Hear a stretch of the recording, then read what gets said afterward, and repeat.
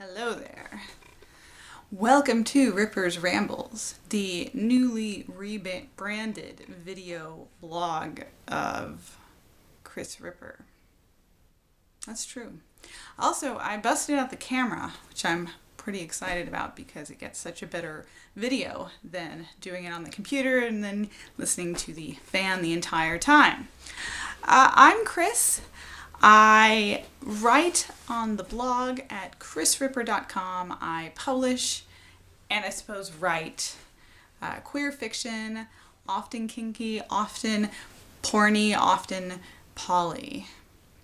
Did we ever decide if you pronounce the T in often? I don't really know. Often? I'm not really sure. In any event, today I'm fucking pronouncing the T, so I am just making a rule that is acceptable. Sort of. Maybe. I don't know. Chime in the comments. I'm not really sure. I know that I've had that discussion before with people and come to a conclusion, but I don't remember what it was.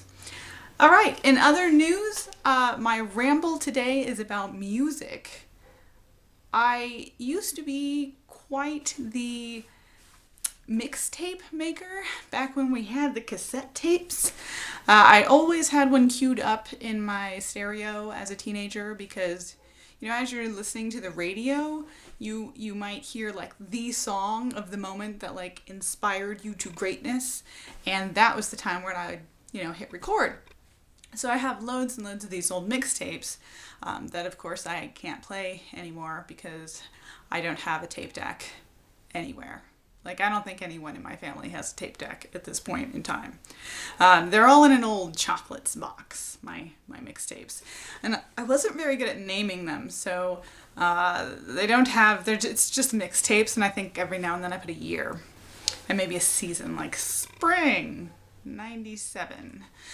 So there's that, but what I just discovered that made me start thinking about mixtapes is a 3 different CD cases full of mixed CDs. Mixed CDs were ultimately less satisfying to me because you didn't really have to work for them. You drag some tracks over and then you hit burn, and there you go, you have a mixed CD.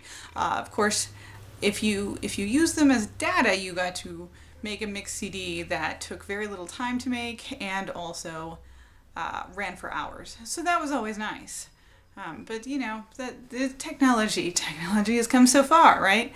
But one of the things that I liked about mixtapes was you really earned those tapes. If you had a track on there, man, you probably waited for weeks to hear that track. And there was something deeply sort of internally satisfying about, capturing it for all time on your cassette tape that 20 years later you would not be able to listen to. But you didn't know that at the time.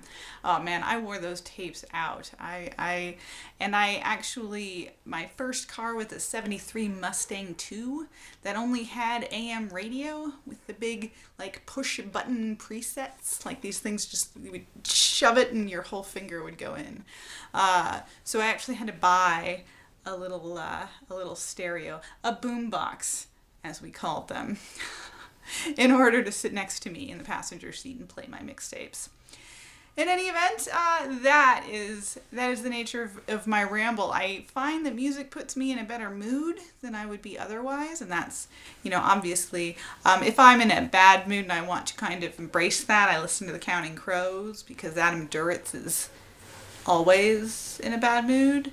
And he speaks to my soul in those moments.